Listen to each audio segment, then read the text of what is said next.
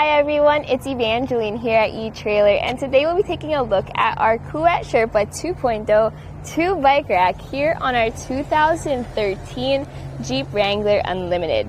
First thing is we are currently using a hitch extender, which is why the Sherpa fits on a Jeep Wrangler around its spare tire. If you don't already have a hitch extension, that might be something to consider because it won't fit otherwise. Another thing is that the Kuat Sherpa is the bike rack you would get if you really like the Kuat aesthetic, the Kuat look, but you don't want to pay the premium price that the Kuat NV has. Now that's where the Kuat Sherpa comes in. So we'll take a look at some of the specs just to see if this is the right fit for you and your bikes. But first thing is we'll look at the tilt away feature. So to tilt it away, you just pull this lever right over here, and then that just drops down the bike rack. And you'll want to do this if you want to open up your rear door. So we'll take a look at how much clearance we can get having that spare tire on there, right there. So you can see we have a pretty decent clearance in here. We obviously can't open the door all the way.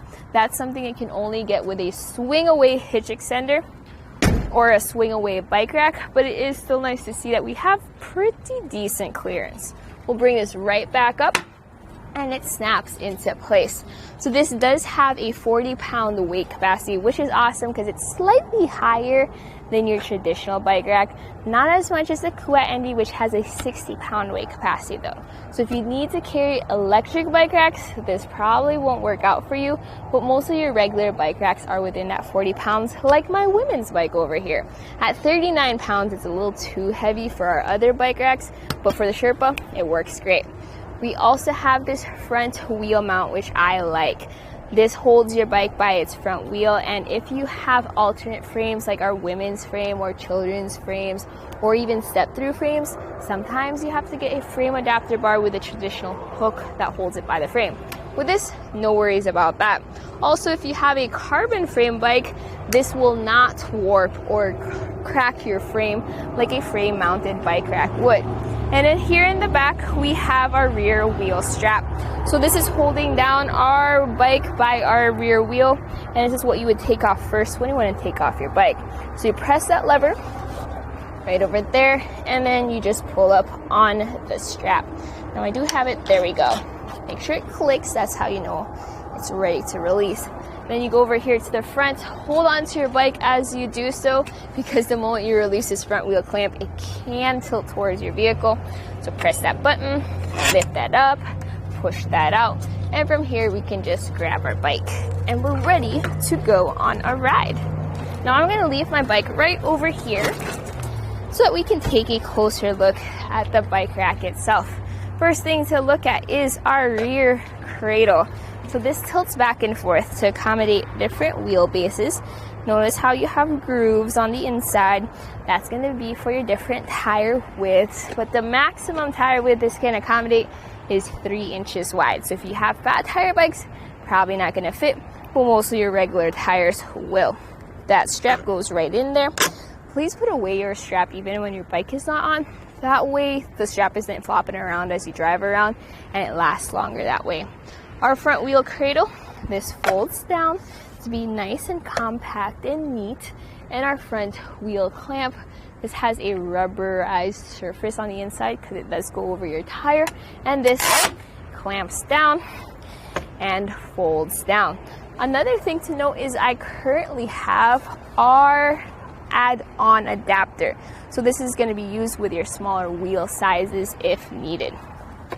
Now, one thing about your Kuat bike rack is that, well, really any bike rack is going to add some length to the back of your vehicle. So the first thing I want to take a measurement of is our extender. So measuring from our hitch receiver to the hitch pin hole on the extender, it is about 7 inches of extension.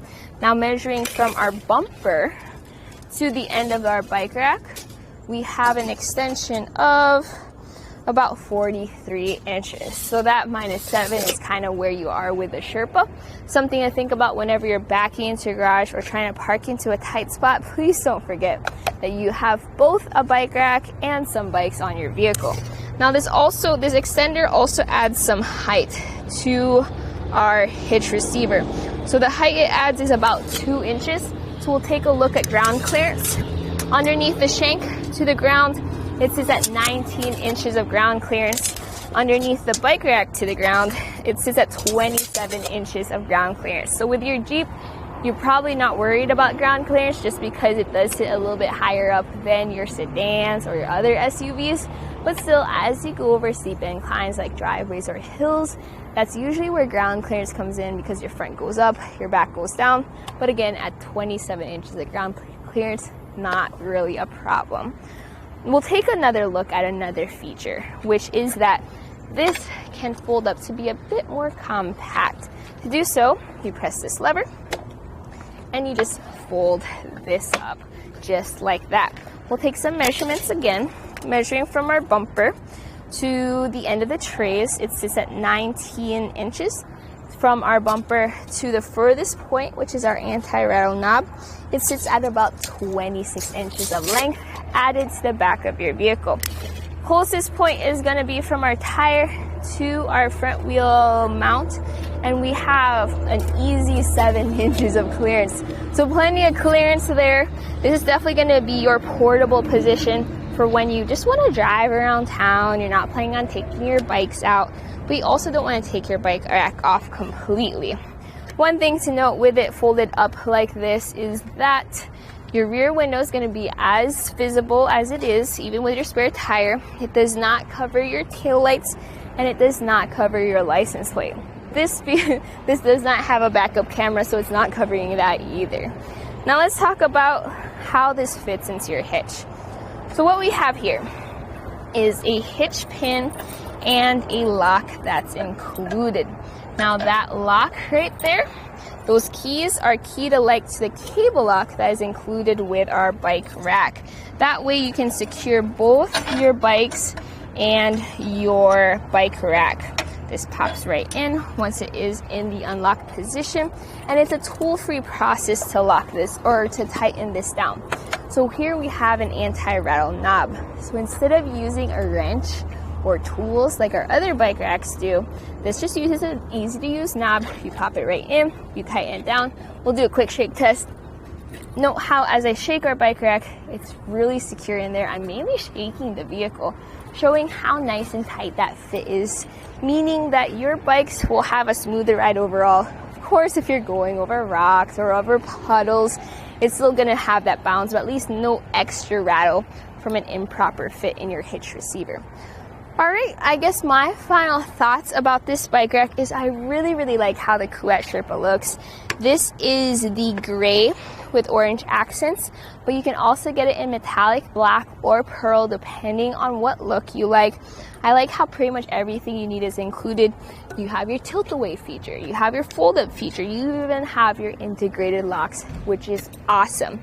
Now, if you do have an extra wide tires or extra long wheelbase or an extra heavy bike, not going to be the best fit for you, but for most of your bikes, this is going to be awesome, and it's nice to see that works on your Jeep Wrangler Unlimited if you have a hitch extension. So that was a look here at our Kuat Sherpa 2.0 2 bike rack on our 2013 Jeep Wrangler Unlimited. Here on our test course, we'll start by going through the slalom. This is going to show us the side-to-side action, which simulates turning corners or evasive maneuvers. Once we get to the alternating speed bumps, we'll see the twisting action. This will simulate hitting a curb or a pothole or driving over uneven pavement. Now lastly, we're going over some full speed bumps, and we can see here the up and down action, and this will just be like driving in and out of a parking lot, garage, or driveway. So we can see here how the bike rack moves with our truck.